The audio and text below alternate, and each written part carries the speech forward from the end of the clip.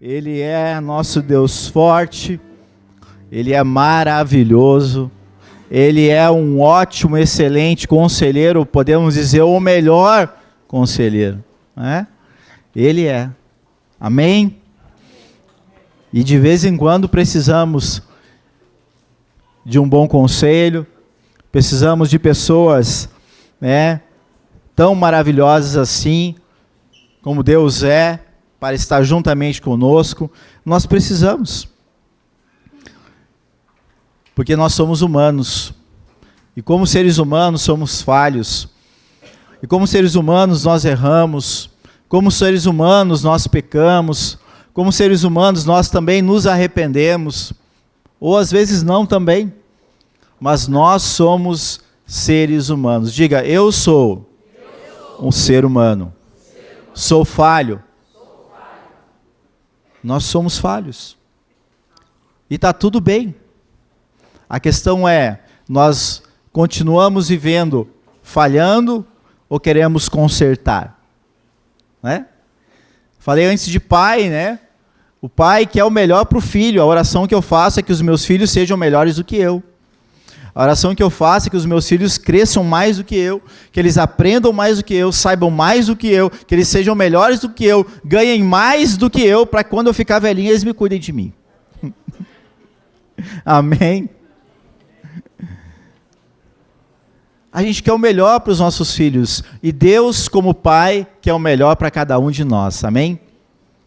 Eu, praticamente nos últimos 3 cultos de domingo eu não preguei, né? Um culto teve o pastor Melo que esteve ministrando, depois foi o pastor Jonas, semana passada foi as mulheres, porque eu quase não fiz nada, né? Tivemos, glória a Deus, um culto muito abençoado, com muitos testemunhos, né? Eu louvo a Deus pelo aquilo que Deus tem oportunizado e tem feito também neste ministério, né? Através de cada um dos irmãos aqui. E eu creio que quando nós ouvimos algo, aprendemos e nós permanecemos naquilo, o fruto ele vem. Então, recado para você, mulher que esteve no retiro, permaneça. Amém? Continue, fique firme. Naquilo que você se posicionou em Deus, não desista. Amém? Amém. Não desista, não retroceda, não volte atrás, mas permaneça firme, porque Deus, Ele é fiel. A questão é que a gente às vezes quer as coisas muito rápidas, é ou não é? A gente vive uma vida inteira fazendo de um jeito, a gente descobre que aquilo não é o melhor jeito, então a gente decide mudar o que fazia, e daí a gente quer o resultado no outro dia. Vai dar? Não vai dar. Por quê? Porque agora a gente precisa plantar uma outra semente. A gente precisa agora mudar a semente que a gente plantava. Para que então, também no tempo oportuno, no tempo certo, como diz Eclesiastes capítulo 3, que tudo tem o seu tempo determinado. E diz lá Eclesiastes 3:11, que no tempo de Deus, tudo fez formoso no seu devido tempo. Então, no tempo de Deus, tudo vai ser formoso. Tudo vai ser perfeito. Só que antes de não conhecer a Deus, antes quando eu não fazia da maneira que Deus, Ele nos ensina, as coisas não eram formosas, né? As coisas não eram formosas. E ninguém quer nada feio na vida, quer? Quer casar aí com um homem feio? Quer casar com mulher feia? Oi? Fugiram? Não pode falar agora? Mas a gente não quer coisas feias da nossa vida, né? A gente não quer coisas que a gente não fica feliz, que não nos agrada, que não nos compete. A gente não quer. Por isso que quando nós entendemos o tempo do Senhor, e nós descansamos no Senhor, as coisas elas vão então se acomodando, as coisas vão se ajeitando, e as coisas vão acontecendo. Parece assim que, como um passe de mágica às vezes, cai no teu colo. E aí as coisas são resolvidas. Mas isso depende da fé. Amém? Mas também quero dizer que talvez nem tudo que você queira você vai conseguir. Talvez nem tudo que você pense como deve ser vai acontecer. Porque Deus, Ele não cabe dentro da nossa mente. Porque Deus não faz conforme a gente quer. Quer ver algo bem interessante? Quem já ouviu falar do rei Ciro aí? A Bíblia fala do rei Ciro. E sabia que Deus chama o rei Ciro de o meu servo? E ele não era judeu. Ele não era do povo de Israel. Bem pelo contrário, ele lutou contra, escravizou. E Deus diz, o meu servo. Nabucodonosor, rei da Babilônia, era povo de Deus? Não, meu servo. Então, queridos, não adianta a gente querer questionar o que Deus faz. Deus faz porque Ele é Deus. E Ele faz do jeito que Ele quer fazer. Então, quando a gente... É muito interessante isso, porque Jó foi um dos caras. E quando ele estava vivendo a vida dele, Jó, a Bíblia diz que ele era um homem justo, íntegro, e que se desviava do mal. Jó, queridos, ele tinha tamanho amor, prazer e zelo pelos filhos dele, que Jó, quando os filhos faziam festas, ele acordava de madrugada e ia sacrificar a Deus, porque pode ser que os meus filhos tenham pecado. Pode ser.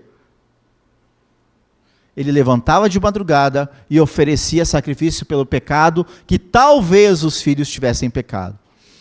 E aí, um dia, o inimigo, a Bíblia diz que os filhos de Deus estavam ali, veio o diabo, e Deus fala assim, tu viu Jó, meu filho? Pois é. Não, mas é porque tu faz tudo de bom para ele. É mesmo? Então vai lá. Só não tira a vida dele. Então o diabo vai, desce e começa a causar todo tipo de estrago na vida de Jó. Ele perde todos os filhos, ele perde todos os rebanhos que ele tinha, ele perde os servos, tudo na vida de Jó que parecia certo, tudo na vida de Jó que parecia perfeito, tudo acabou da noite para o dia. E Jó, a Bíblia diz que mesmo quando isso acontece, ele não pecou contra Deus. Mas tem ali, uma parte, não lembro agora o capítulo, mas que Jó começa a dizer assim, não, porque Deus é assim, não, porque Deus é assado, não, porque isso, não, porque aquilo, não, porque Deus é, porque, sabe, aquela coisa de que tu quer dizer quem Deus é, tu quer dizer como Deus faz, tu quer dizer como Deus age, tu diz o que Deus é, o que Deus não é. E aí Jó assim, tá, mas o que tu acha? Então dá o nome das estrelas. Quantas estrelas tem, Jó? Foi tu que fez? E aí Jó começa a olhar para dentro de si e ver assim, Deus, eu estou me achando. Eu estou me achando. E a gente às vezes faz como Jó. A gente é tão convicto das nossas razões, de que, puxa, eu conheço, porque, eu sou um bom crente, né? Até falei isso antes, na reunião. Isso é o orgulho religioso. A gente é tão orgulhoso de quem nós somos, de quem nós nos tornamos. A gente é tão orgulhoso, né, de que eu leio a Bíblia, de que eu oro. A gente é tão orgulhoso de estar fazendo as coisas certinhas. E que a gente começa a dizer quem Deus é, quem Deus pode, que Deus... A gente começa a dizer o que Deus pode ou não pode fazer. Quem somos nós para isso, né? Quem somos nós para dizer o que Deus pode ou o que Deus não pode? Se Deus pode caber no meu bolso, né? Se Deus pode caber na minha casa. Quem somos nós para dizer o que Deus pode ou não pode? Amém? Bom, o que eu quero trazer hoje, se Deus quiser terminar, é retomar para mim finalizar o estudo sobre as portas da reconstrução de Jerusalém. Falei sobre 6 portas até aqui, então, como eu disse, 3 semanas, né? Não pude ministrar sobre isso, em virtude de outros eventos, mas quero retomar hoje. E nós falamos, a primeira porta foi a porta das ovelhas, onde nós falamos do relacionamento, a restauração. Primeira coisa, a restauração do relacionamento com Jesus Cristo, com Deus. Porque sem isso, amado, se a gente não restaurar essa porta, não tem como nós termos acesso a Deus. Lá em Isaías 59, 1 e 2 diz que o pecado faz separação do homem e Deus não pode ouvir as nossas orações. Ele não pode responder. Por quê? Porque o pecado separa eu e você da presença de Deus. Precisamos restaurar a porta das ovelhas. Primeira porta. Segunda porta, falamos sobre a porta dos peixes. Ao momento que nós restauramos o relacionamento com Deus, nós restauramos a comunhão com Deus, nós não podemos mais continuar da maneira que estávamos. Precisamos crescer. A porta dos peixes significa crescimento, desenvolvimento, multiplicação, reprodução. Então nós precisamos reproduzir o que de Deus tem para nós. Pois até aqui nós chegamos fazendo o que nós achávamos bem para a nossa vida. Porém, Deus criou a cada um de nós com um propósito claro e específico. Deus criou cada um de nós para fazer algo específico. E quando nós não descobrimos, quando nós não buscamos em Deus essas respostas, e primeiro por isso precisamos restaurar o relacionamento com Deus, porta dos peixes, e aí quando nós restauramos o relacionamento com Deus, nós começamos a ouvir, ler a palavra, orar, e passamos a ver o que na nossa vida está que não agrada o Senhor. Começamos a desenvolver um crescimento. Por isso que temos também na igreja a jornada do crescimento, para você fazer parte, para você entender o que da Bíblia, talvez ainda para você parece estranho, parece intendível, né? Que a gente não entende. A gente precisa buscar crescer, desenvolver, para reproduzir na nossa vida o caráter de Cristo. Por isso somos chamados cristãos, que significa pequeno Cristo. Amém? Terceira porta, falamos a porta velha, que vem para a restauração da nossa velha vida. Até então vivíamos como achávamos, da maneira que achávamos, conforme o nosso bel prazer, da vontade do nosso corpo e da nossa mente. Porém, passamos a crescer no conhecimento, na graça de Deus, e a gente vê que essa vida que vivíamos não é a vida que Deus tinha para nós. E precisamos então viver agora essa novidade de vida. A Bíblia diz lá em 2 Coríntios 5,17 que nós precisamos agora andar com Cristo, viver com Cristo, e as coisas velhas já passaram. Amém? A quarta porta, a porta do vale. Nós precisamos restaurar essa porta, que representa a salvação, representa o vale, porque existia um vale muito lindo naquele lugar, que essa porta dava para um vale muito lindo. Porém, com a inversão do relacionamento com Deus, aquele vale se tornou um vale horrível, onde até mesmo um sacrifício de pessoas era realizado ali. Ali eram levantados altares a demônios, a outros deuses. Esse vale se tornou um vale de fogo, um vale de morte. Então a Bíblia diz, né, que a gente mesmo vai passar talvez pelo vale da sombra da morte, mas a gente passa, não é para ficar. Amém? No Senhor nós encontramos um vale perfeito, uma vida perfeita no Senhor. E a quinta porta que nós falamos é a porta do monturo, que é a porta do lixão, literalmente, aonde todo tipo de dejeto, de lixo, era lançado nessa porta. Essa porta fala dos lixos que temos dentro de nós, das impurezas, dos desejos pecaminosos, dessa nossa mente corrompida, dessas coisas entranhadas aqui dentro e que precisam ser purificadas. Jesus, com o seu sangue, ele nos deu essa vida em abundância em Cristo. O sangue de Jesus em nós faz com que essa porta ela venha a ser restaurada, limpando todo esse lixo, amados. Amém? A palavra de Deus é água. A água limpa ou não limpa a sujeira? Limpa. Às vezes precisa de um detergente, né?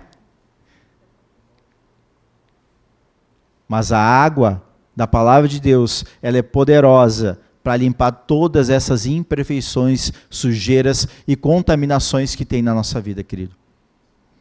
E a sexta porta que eu falei é a porta da fonte, que representa o Espírito Santo de Deus. A porta da fonte, que é o Espírito Santo, é esse nosso amigo, esse nosso ajudador, é esse nosso consolador. É aquele que Jesus disse: eu vou enviar o Consolador. Eu vou enviar aquele que vai ajudar, aquele que vai te aconselhar, aquele que vai estar todos os dias convosco. Vocês serão o templo de Deus, porque o próprio Espírito de Deus, o Espírito Santo, passa a habitar em nós. Como que o Espírito Santo de Deus vai habitar num corpo cheio de lixo? Como o Espírito Santo de Deus vai habitar em alguém, num tempo em que continua na prática da adoração e de outras coisas do passado? Por isso nós precisamos restaurar a porta da fonte, onde precisamos ter esse relacionamento íntimo com o Espírito Santo, onde nós conversamos, onde nós ouvimos, onde nós falamos, onde Ele é nosso amigo, onde Ele nos ajuda, onde Ele põe as palavras nos nossos lábios. Essa porta, ela precisa ser restaurada, falamos sobre ela. E eu creio que cada uma dessas portas, essa mensagem está gravada, ela está lá no YouTube, e se você porventura perdeu alguma dessas ministrações, você pode assistir lá. E hoje nós vamos falar sobre a sétima porta, Neemias capítulo 3, verso 25.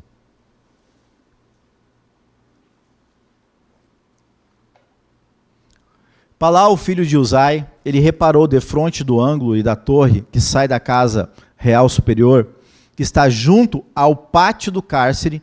Depois dele, reparou Pedaías, filho de Parós. Amém. Só o 25. Aqui fala o pátio do cárcere. Amém? Então, o que é o pátio do cárcere, ou a porta do cárcere também, como nós chamamos? É o lugar onde os prisioneiros eles ficavam. Literalmente, era uma prisão, um calabouço, né? Enfim, né? Como a gente quiser aí colocar, mas ali chamado de cárcere.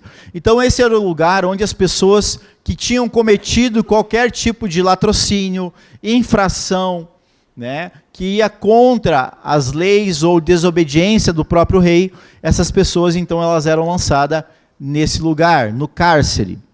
E o que isso tem a ver com a minha vida, pastor? Tem tudo. A porta do cárcere, meus queridos irmãos, significa de maneira espiritual as prisões e as cadeias que nós estamos vivendo nesse tempo, nessa vida. Representa muitas daquelas coisas que em nós nos torna um prisioneiro de si mesmo. Por questões de emoções, por questões, muitas vezes até psicológicas, pensamentos, por comportamentos e espirituais. Amém? Então quero falar aos irmãos aqui nessa noite sobre 7 tipos de cárceres. 7 tipos de cárceres que muitas vezes a gente está preso, aprisionado, e a gente não faz ideia. Amém? Salmo 107, verso 8 ao 13. Só para a gente abrir aqui, e eu vou falar deles um a um. Rendam graças ao Senhor por sua bondade, por suas maravilhas, para com os filhos dos homens. Pode continuar, até o 13. Pois dessedentou a alma sequiosa e fartou de bens a alma faminta.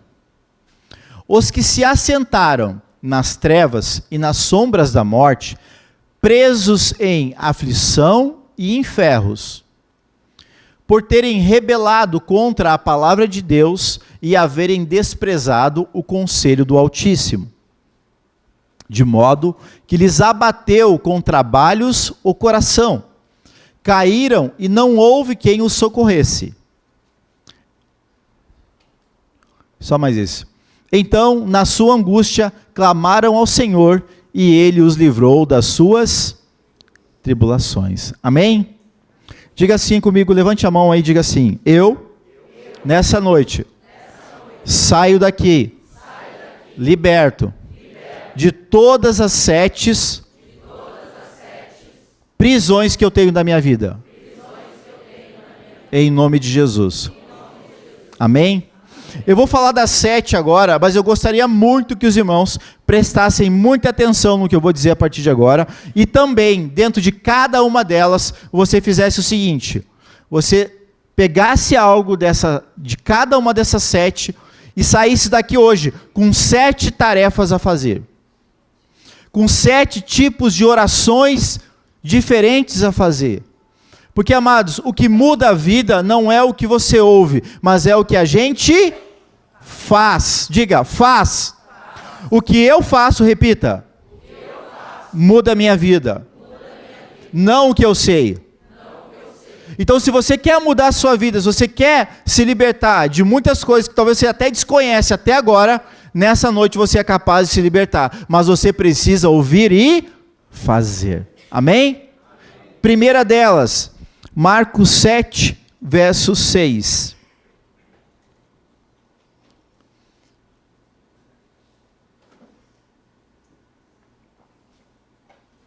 Respondeu-lhes: bem profetizou Isaías a respeito de vós.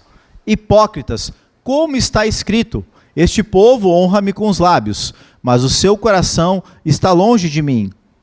Até o 9. E em vão me adoram. O pessoal da intercessão pode estar orando agora, tá? Que isso aí é até interferência maligna. E em vão me adoram, ensinando doutrinas que são preceitos de homens. Negligenciando o mandamento de Deus, guardais a tradição dos homens. Diga, tradição dos homens. 9.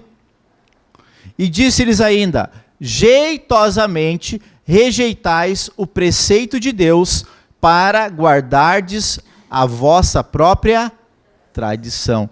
Primeiro cárcere, primeira prisão que muitas vezes nós nos colocamos, e às vezes condicionados por questões hereditárias, é os costumes e tradições.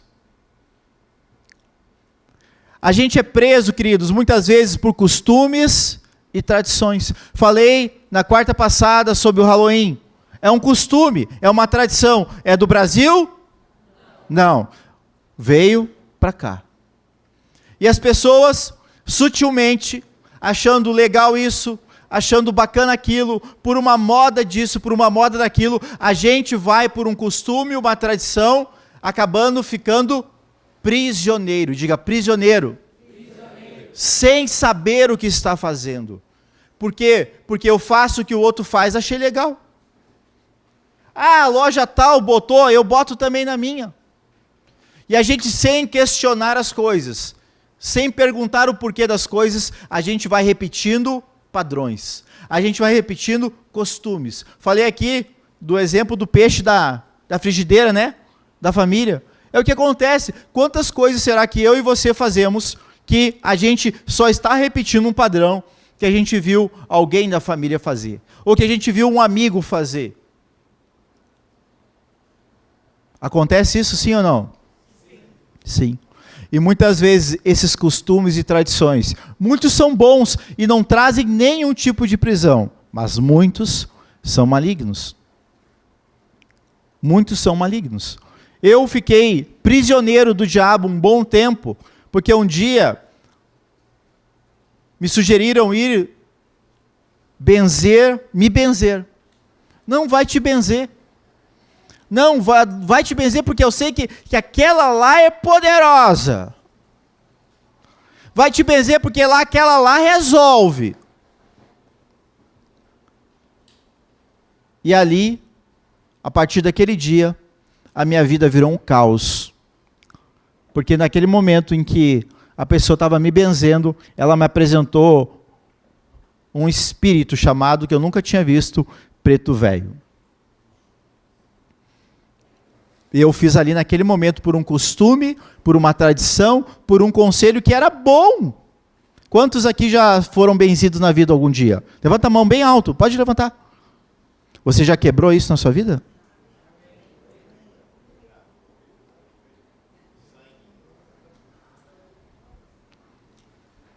E por que você se benzeu? Porque você aprendeu com alguém. Mas não tem problema. Olha a tiazinha, que querida. Olha o que diz ali em Colossenses 2:8. Cuidado que ninguém vos venha a enredar com sua filosofia e vãs sutilezas, conforme a tradição dos homens, conforme os rudimentos do mundo e não segundo Cristo. Olha esse texto. Como é que vem? Com filosofia e vã sutileza. Não é o que a gente mais ouve agora? As pessoas com suas ideologias ou filosofias, né? Todas gentis, cuidadosas, para de alguma maneira te enredar com os seus costumes, com as suas tradições. E aí formulam muito bem as palavras, o conceito, a apresentação da sua sutileza, da sua filosofia, ao ponto da pessoa olhar, porque não tem tanto entendimento às vezes, ou conhecimento, e ela ouve e diz assim, olha só, é mesmo, né? Oh, não tem problema. Mas olha, é bom mesmo. É ou não é? Quem aqui conhece alguém que já esteve no espiritismo para conversar com um ente passado? Nossa, que legal, né? Vou conversar com meu pai, com a minha mãe. É mesmo? Será? Está vendo quantas coisas? Porque alguém faz, eu vou lá e faço também. Amém? Então, pegando esse primeiro que é costume e tradição, essa primeira prisão, essa primeira cadeia, será que você não tem algo aí? E que você deu ouvidos a alguém algum dia, e que você hoje talvez não está preso por causa disso? Alguma prática familiar? Algum costume? Que você talvez lá com a galera, lá no tempo da escola, lá com o meu grupo de não sei o quê, é um costume, é uma tradição, a gente sempre fez assim, é legal, mas Deus, diante de Deus e da sua palavra, não tem algo talvez, que isso realmente está indo contra a verdade? Amém? Então, quero que você reflita nisso, que você olhe para isso com cuidado nessa noite, e segundo o que o Espírito está dizendo ao seu coração, você pegue isso e diga assim, isso aqui eu preciso a partir de agora romper, amém?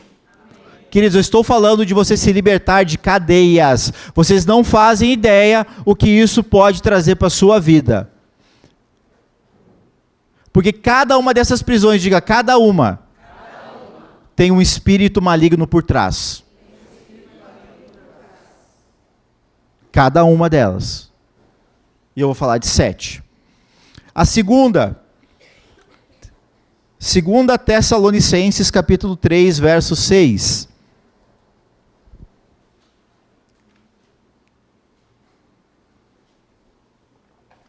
Nós vos ordenamos, irmãos, em nome do Senhor Jesus Cristo, que vos aparteis, diga, aparteis, de todo irmão que ande desordenadamente e não segundo a tradição que de nós recebeste. Mas tu não falou de tradição antes, pastor.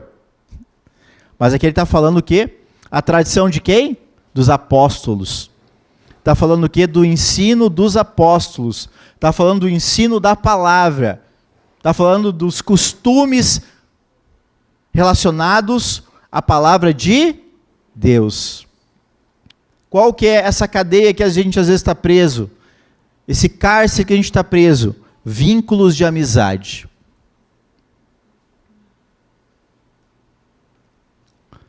Qual vínculo de amizade que você tem, que volta e meia aparece e faz você cair? Faz você voltar à tua velha natureza. Faz você voltar a abrir a porta do monturo. Faz você romper com a porta da fonte, que é o Espírito Santo. Faz você quebrar todos aqueles princípios. E a gente tem cada amigo, né? Queridos, para os homens agora. Eu vou falar do que eu sei e do que eu já vivi. Então não preciso fazer demagogia de nada aqui. Eu tive alguns amigos na minha vida. Eu nunca fui um homem de muitos amigos, porque eu sempre fui bem chato com amigos. Mas até amigos próximos a mim, e eu tentava jogar futebol, amém? Né? Que jogar mesmo, né, só pela graça. Então, sempre, né, gostei do futebol. Quando jovem, fui parar na igreja por causa do futebol. Participava de uma célula chamada Célula dos Atletas de Cristo. Então, jogava futebol, conheci ali, então, através dessa célula, e ali conheci Cristo e comecei, enfim, estou aqui hoje por causa de uma célula por meio do futebol. E eu tinha amigos. E esses amigos, quando eu jogava futebol, sábado de tarde, muitas vezes, às vezes na semana de noite, a gente jogava. E o que fazia depois do jogo? Tomava água mineral. Não, claro que não. Não era um tempo que eu estava no Senhor. E eu bebia. E bebia bastante até. Deus foi muito bom comigo, porque eu andava de moto esse tempo. E enquanto nesse tempo eu andava de moto, e muitas vezes bem encharcado, nunca me aconteceu nada. Graças a Deus, Deus me livrou. Mas no primeiro dia que eu estava voltando para a igreja, primeiro dia, indo de moto, me acidentei e quase morri. Curioso, né? Ai, foi Deus? Não. O diabo não queria que eu voltasse para a igreja. Mas enquanto eu estava do lado dele, bebe, deixa para mim. Mas onde eu quero chegar? E aí, nesses jogos de futebol, bebida, aquela coisa toda, daqui a pouco alguém lá, vamos dar uma volta? Aí vocês podem imaginar onde a voltinha, né? Quem são os amigos que você tem vínculo? Eles fazem você melhorar? Eles fazem você crescer? Quais são as amigas que você toma chimarrão? Que você toma um cafezinho? Queridos, a gente precisa avaliar bem as coisas. Mas eu gosto, pastor, então converte. Amém? Converte. Prega a palavra. Seja sim, sim, seja não, não. Tenha posicionamento. Amém, queridos? Porque, volta o texto ali, vamos ver bem claro o que ele disse. Ele pede, nós ordenamos. Ele está pedindo? Nós ordenamos, em nome do Senhor Jesus, que vos aparteis destes. É brabo? É ou não é? Só não vai chegar lá amanhã assim, o pastor disse, e que está na Bíblia, que ele ordenou, pelo amor de Deus, né? Você nunca vai trazer o bendito e a bendita para a igreja, querido. Sabedoria, amém? O que está escrito lá? Pode ler comigo? Sabedoria para... Sabedoria, amados. Você não vai chegar lá agora e dar, né, uma espadada, sai! Arreda-te, Satanás. Não é isso. Sejamos sábios na condução daquilo que Deus Ele tem para nós. Amém? Segundo foi esse. Terceiro, eu tenho que acelerar, porque são 7, né? Então, pense bem, qual a influência que essas pessoas têm sobre a sua vida e saia daqui já com uma meta hoje. Segunda meta, né? Ou segunda tarefa. Quem são e o que fazer. Amém? É você que quer ser livre? Sim ou não? Então seja livre pelas suas ações. Terceiro, Gênesis 12, 1 e 2. Esse aqui vai. Não levante, por favor. Esse aqui é bucha. Ora, disse o Senhor a Abrão: sai da tua terra, da tua parentela e da casa de teu pai, e vai para a terra que te mostrarei. E o 2: se fizeres isso, de ti farei uma grande nação, e te abençoarei, e te engrandecerei o nome. Se tu uma... Como é que está a tua família? Como é que está a influência da tua família sobre a tua vida? Ainda continua a influência no teu casamento? A tua mãe ainda continua dizendo o que tu tem que fazer? Teu pai ainda continua se metendo nas tuas coisas quando você casou? Hã? Mora nos fundos do pai e da mãe? Corre de lá!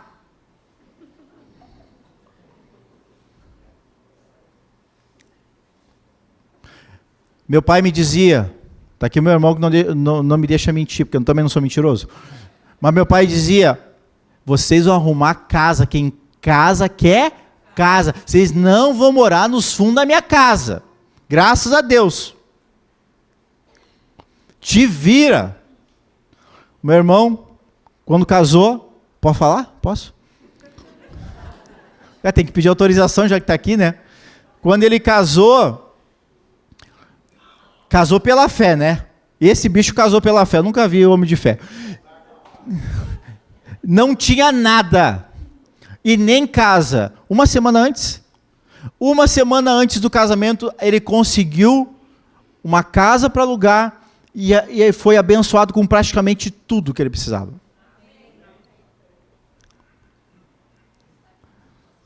Depois vai ter gente pedindo oração aí, vai dizer.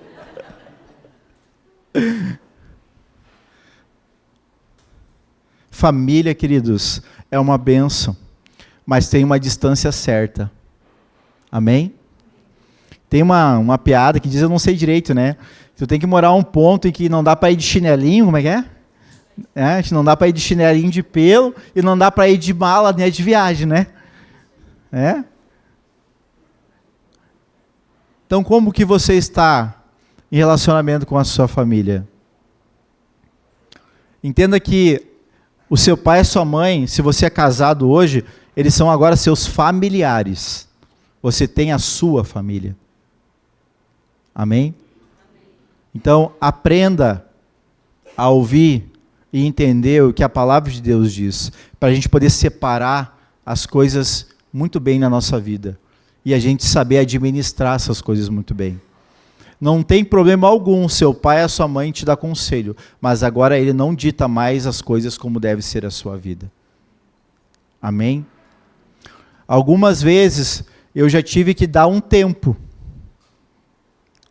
E algumas vezes eu tive que estar muito presente. A gente tem que aprender o tempo de todas as coisas. Amém? Esse é o terceiro. Então, o que você vai fazer agora?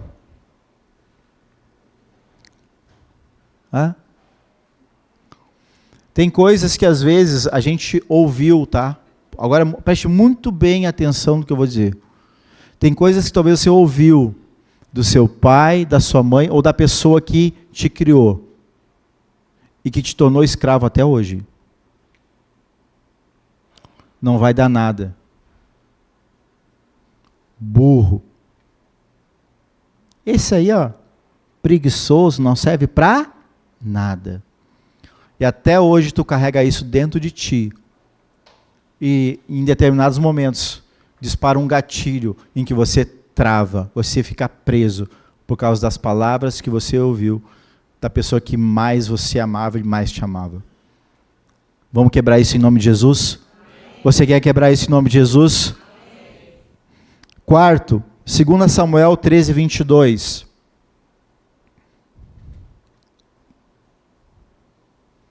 Porém, Absalão não falou com Aminon, nem mal e nem bem, porque odiava Aminon, por ter este forçado a Tamar, a sua irmã. Aqui foi uma intriga de família, mais um BO de família, né? Tem BO de família? Tem ou não? Aqui foi mais um BO de família, mais feio, né? O irmão pegou a irmã.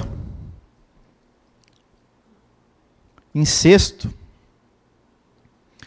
E o outro irmão, né? Absalão, ficou com ódio dele. E matou o irmão. Pense na situação, né? Balanço geral hoje ia fazer uma festa com isso.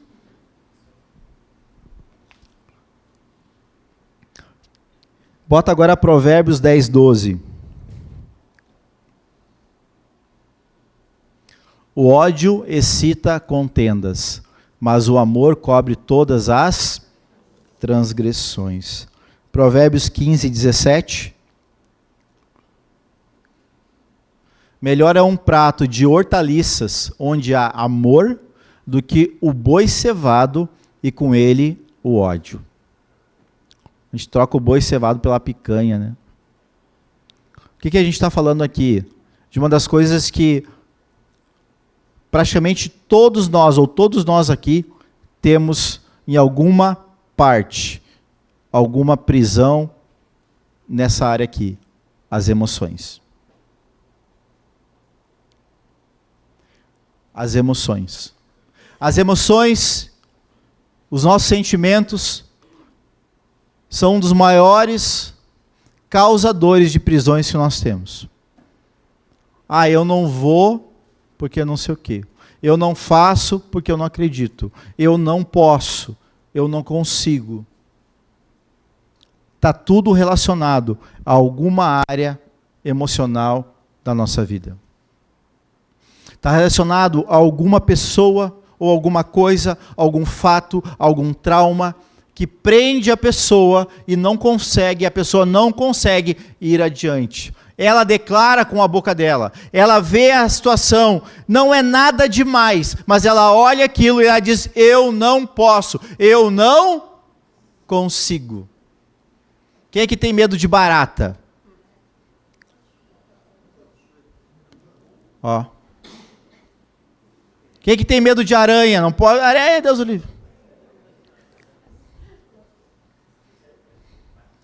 Pois é, para mim, eu piso nelas. Não tem problema. E eu sou melhor? Não. O que aconteceu que fez você ficar com medo de um bichinho que não é do tamanho do seu mindinho?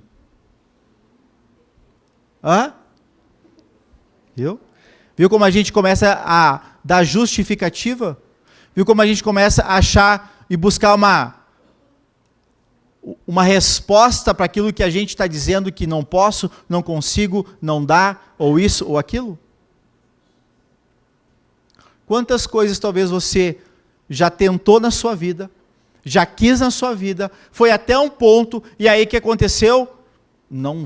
Daqui eu não consigo. Tu não se permite.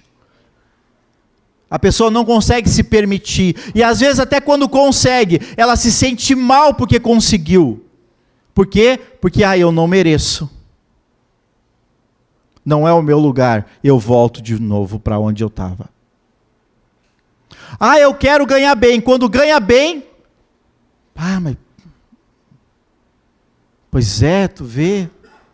Parece que tem que voltar para ganhar pior. Eu quero casar, quero ser feliz, casa. Aí parece que o casamento é uma droga.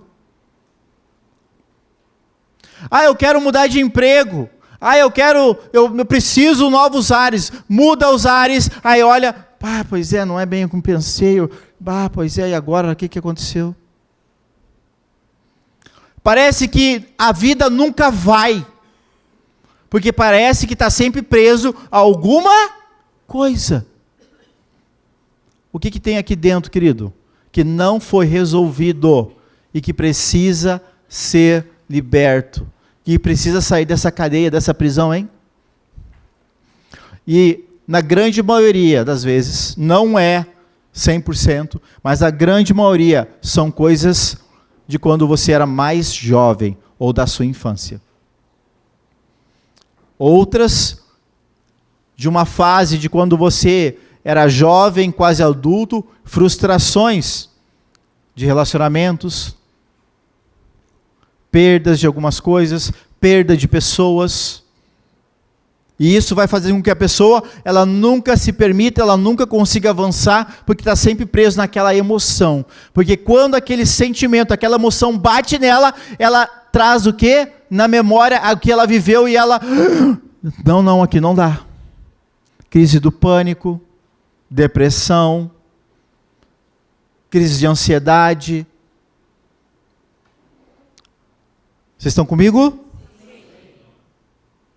É isso ou não é isso? Jesus, o sangue de Jesus tem poder, amém? E isso é a alma. Isso é a nossa alma. A alma, a Bíblia diz que é como uma criança berrona. Nós precisamos aprender a cuidar da nossa alma, queridos. Nós precisamos entender que em Cristo nós podemos curar as feridas da nossa alma. E quando curamos essas feridas em Cristo, a gente se liberta. Amém? A pergunta é, essa tarefa agora, o que precisa? Ah, pastor, eu não sei. Ah, tem algo? Então, marca uma hora dessa, um gabinete, vamos conversar. Vamos buscar entender o que está acontecendo, para você se libertar disso, amém? Mas se você tem claro hoje, já sabe, ore ao Senhor aqui, tome posição e diga, eu não aceito isso mais na minha vida, em nome de Jesus. Vamos lá, o quinto, tem mais dois. Salmo 40, 15.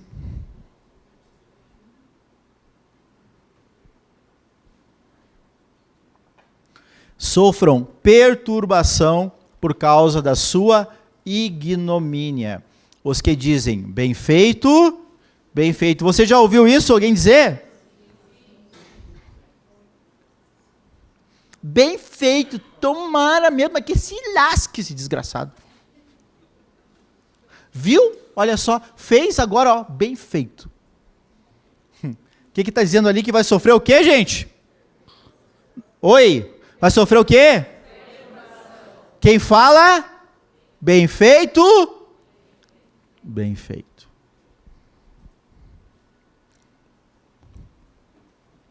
Próximo texto, 55, Salmo 55, 2. Atende-me, responde-me, sinto-me perplexo em minha queixa e ando perturbado. O que é essa quinta prisão? Mente. Pessoas aprisionadas na sua mente. Elas criam em sua mente um mundo paralelo. Elas criam na sua mente uma realidade alternativa. Elas criam na sua mente parâmetros, crenças, ideologias, coisas que não fazem sentido algum. Que são totalmente contrárias à verdade, ao que é justo, ao que é reto, ao que é certo, e vivem por isso, e conseguem viver por essa realidade alternativa que elas criam na sua mente.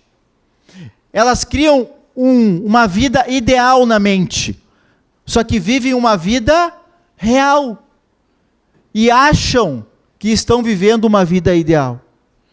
Falam, clamam, incentivam, dizem, pensam, filosofam, mas a vida delas não retrata a ideologia ou os pensamentos que elas dizem. Não faz sentido. Tem muita gente presa na sua mente, sendo alvo do diabo com setas malignas. A Bíblia diz que a nossa luta não é contra carne e sangue. Ou seja, a nossa luta, as nossas broncas, as nossas diferenças não são contra as pessoas, mas são contra as forças espirituais do mal que estão nas regiões celestes. E uma das coisas, a maior arma que o diabo usa contra mim e contra você, diga assim, seta maligna. O que é uma seta maligna? É um pensamento, é uma ideia lançada dentro da sua mente para fazer você destruir a sua vida. Quantos aqui, e eu já fiz, já tiveram pensamentos suicida? Eu já tive.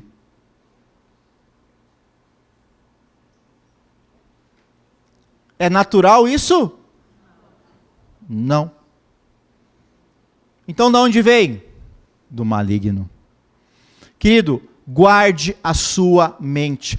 Tenha uma mente firme no Senhor. A nossa mente é um campo de batalha, o maior campo de batalha que nós temos, que eu e você tem. A sua mente, você precisa preservar, você precisa cuidar, porque da sua mente vai vir o seu sentimento, as suas emoções, e dali vai vir também as suas ações, o seu comportamento. Então, se a sua mente não ficar uma mente firme, convicta, vivendo a realidade daquilo que é a palavra de Deus, você vai viver com uma mente ideológica, irreal, infrutífera, porque não produz nada. Então, precisamos combater essa cadeia, essa prisão, que tenta fazer com que nós sejamos escravos.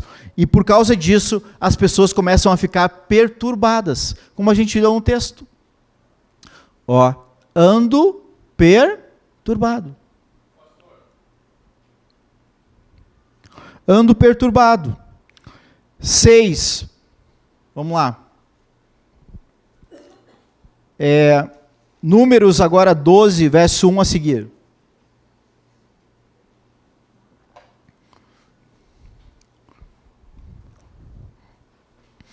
Olha só, falaram Miriam e Arão contra Moisés por causa da mulher cuxita que tomara, pois tinha tomado uma mulher cuxita. Vamos lá. E disseram, porventura, tem falado o Senhor somente por Moisés? Não tem falado também por nós? O Senhor o ouviu. Então o varão Moisés, muito manso, mais do que todos os homens que havia sobre a terra, logo o Senhor disse a Moisés e a Arão e a Miriam, vós três, saí à tenda da congregação, e saíram eles três.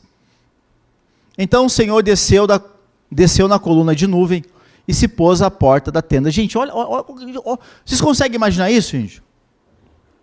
Vocês conseguem imaginar isso? Estavam os três irmãos ali, Miriam e Arão, de gracinha contra Moisés, e Deus lá de cima ouve o cochicho, as falácias, e aí Deus fala para Moisés, chama o povo aí, e aí Deus vem, na sua cortina de fumaça, de nuvem, né?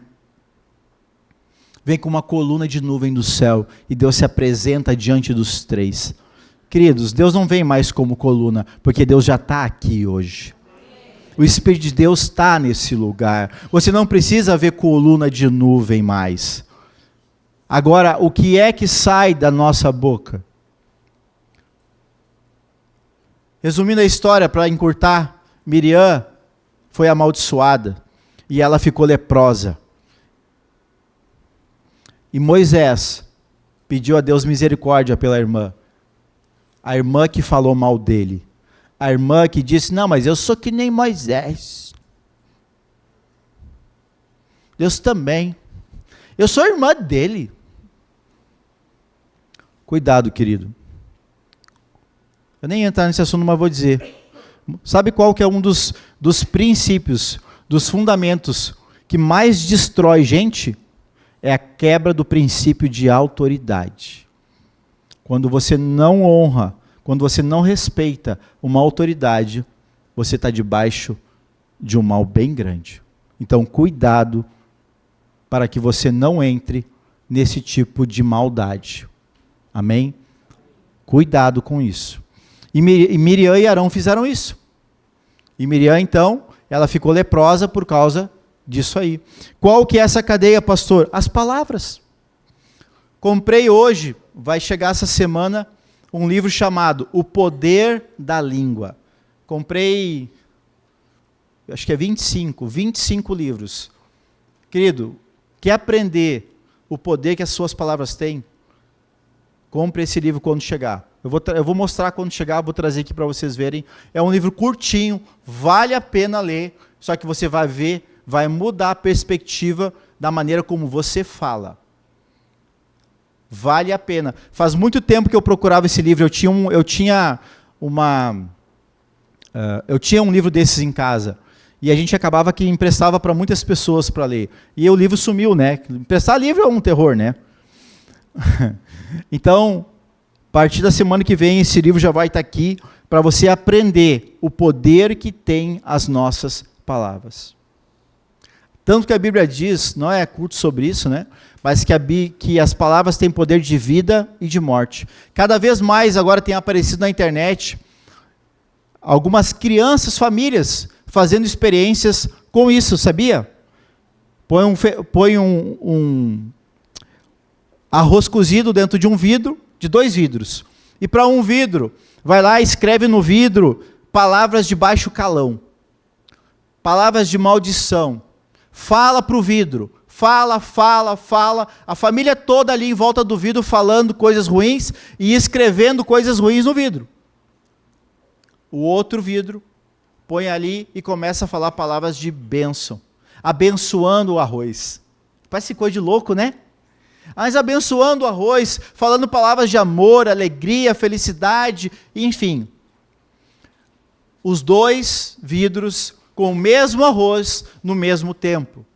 Passado um tempo, os vidros guardados, eles pegam os 2 vidros e olham. O vidro que foi falado coisas ruins, o arroz estava podre, mofado, preto.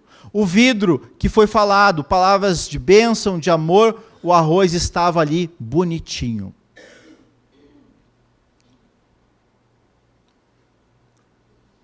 A nossa vida emite vibrações.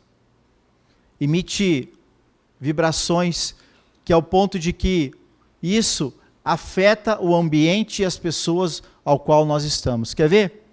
Está numa sala, está todo mundo assim, normalzinho. Chega um faceirão, sorrindo. Quando vê, está todo mundo sorrindo, é ou não é verdade? Mas chega um chorando para ver. Ai, meu Deus, o que houve? Já fica todo mundo mal também, é ou não é? As nossas palavras estão fazendo o quê? Amém? E agora a 7ª. Tito 3:3.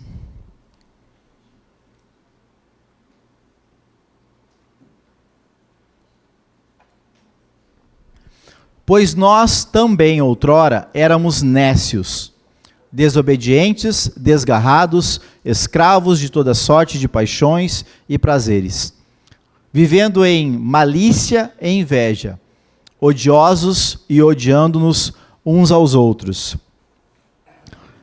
Colossenses 1:13 e 14. Ele nos libertou do império das trevas e nos transportou do reino do Filho do seu amor, no qual temos a redenção, a remissão dos pecados. Queridos, 7ª forma de nos tornarmos presos, prisioneiros, e que nos leva para o inferno, é o pecado. Mas eu tenho uma ótima notícia para você. O pecado já foi resolvido. Jesus já pagou o preço pelo pecado. Ele já venceu o pecado. Você não precisa ficar lutando mais, guerreando contra. Você só precisa fazer aquilo que agradar a Deus. O problema é que a gente fica tão preocupado que vai para o inferno. Ai, meu Deus, eu fico me cuidando. Ai, cuidado. Ai, essa pedra. Ai, a minha palavra. Ai, que não sei o quê. Querido, se preocupe em agradar aquele que te deu a vida, que você não vai ter que mais se preocupar com o pecado na sua vida. Amém? Se preocupe em fazer algo que realmente o Deus vai olhar para ti e vai dizer assim: ali está o meu filho amado. Se preocupe em viver uma vida reta, uma vida que a tua palavra, Deus vai dizer assim: ali está o meu filho amado, ali tem um homem manso, ali tem uma mulher segundo o coração de Deus, ali tem alguém que eu posso olhar, confiar e pedir e ele vai obedecer, porque enquanto a gente se preocupa com as coisas erradas que a gente faz, aí sim, cada vez mais parece que o inferno está perto. O pecado, querido, já foi resolvido. O sangue de Jesus derramado é suficiente para cobrir toda a multidão de pecado que eu e você já cometemos. Já era, acabou. Não fique mais preso por causa do pecado. O pecado acabou. Só viva agora para agradar o Senhor. Só viva agora para fazer aquilo que Ele fica feliz. Olha o que diz, e eu encerro com essa. O louvor pode passar, por gentileza? 1 Pedro, capítulo 2, verso 9.